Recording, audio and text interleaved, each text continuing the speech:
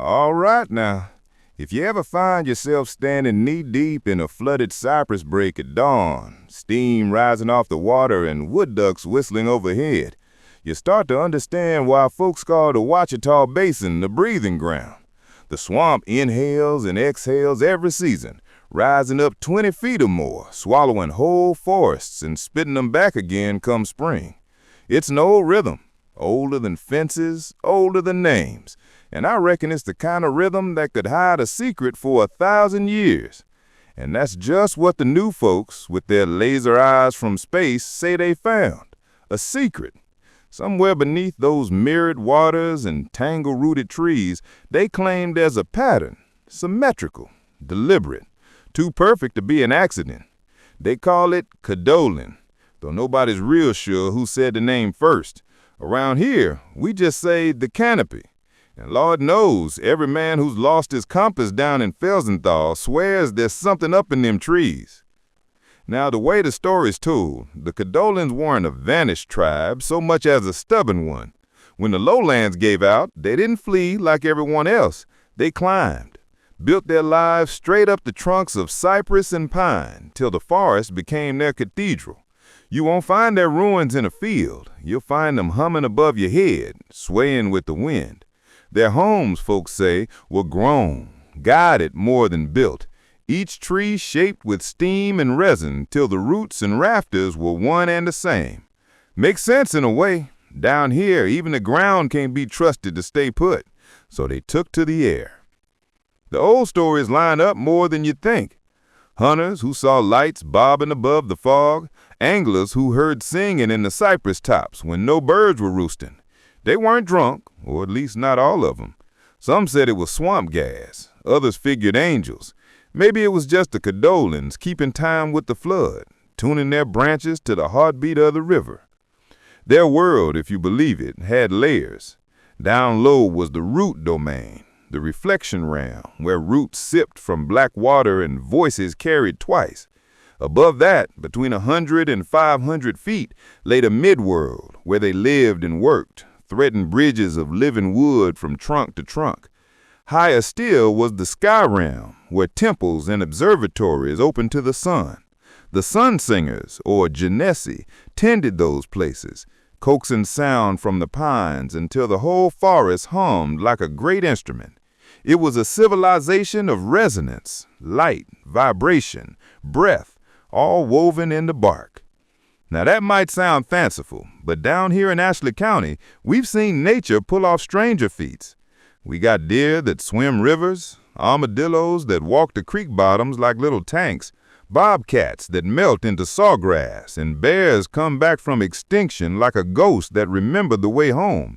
If the wild can resurrect itself, who's to say people couldn't learn to live inside it instead of on top of? The Cadolens, so the tale goes, lived by a covenant called the vow of the canopy.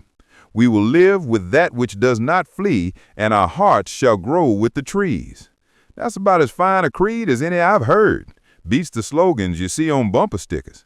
They didn't need commandments carved in stone. They just listened to what the forest was already whispering. Then came the age of disguise. Folks were pushing rail lines through the swamp, felling timber, measuring everything that used to be sacred. The Cadolens, being clever, didn't fight. They vanished. They bent light with tree sap, muffled sound with moss, sent up steam when satellites looked their way. The forest itself became their camouflage. Over time, they even helped draft the very laws that kept people out, set up wildlife refuges and research areas. What better hiding place than a government-protected swamp nobody wants to slog through anyway? But the modern world's got a longer reach than any rifle. LiDAR, they call it. Light Detecting Radar. It's the new all-seeing eye. Those beams came sweeping over Felsenthal in 2024, and for the first time, the forest blinked. What the machines saw looked like towers, hundreds of feet tall, laid out in geometric precision. Scientists said it was an error in the data, maybe interference from vapor columns.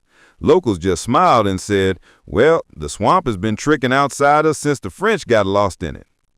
The younger Cadolens, if they're still up there, must be restless. Every story needs its rebels.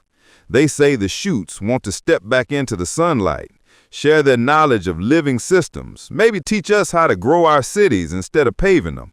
The elders, the roots, argue it's better to stay unseen.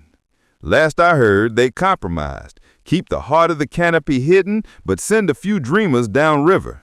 Maybe that's why ever so often you meet somebody in these parts. Quiet sort, knows the woods too well, fix machines like they're living things, and you wonder just where their people come from.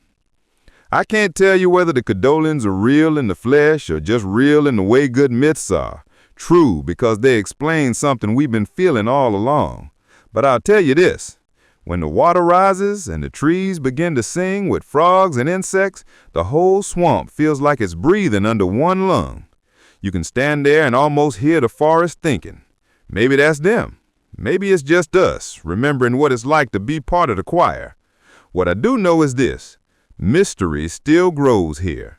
In a world where every acre's been mapped and every secret sold, there's a comfort in a place that refuses to be seen straight. The Cadolens, if they exist, are a reminder that invisibility can be its own kind of grace, that some knowledge isn't meant for satellite eyes, but for the slow attention of a human heart. So the next time you drive past Felsenthal and the road sinks low, roll your window down, smell the tanning water, listen for that low hum above the cypress.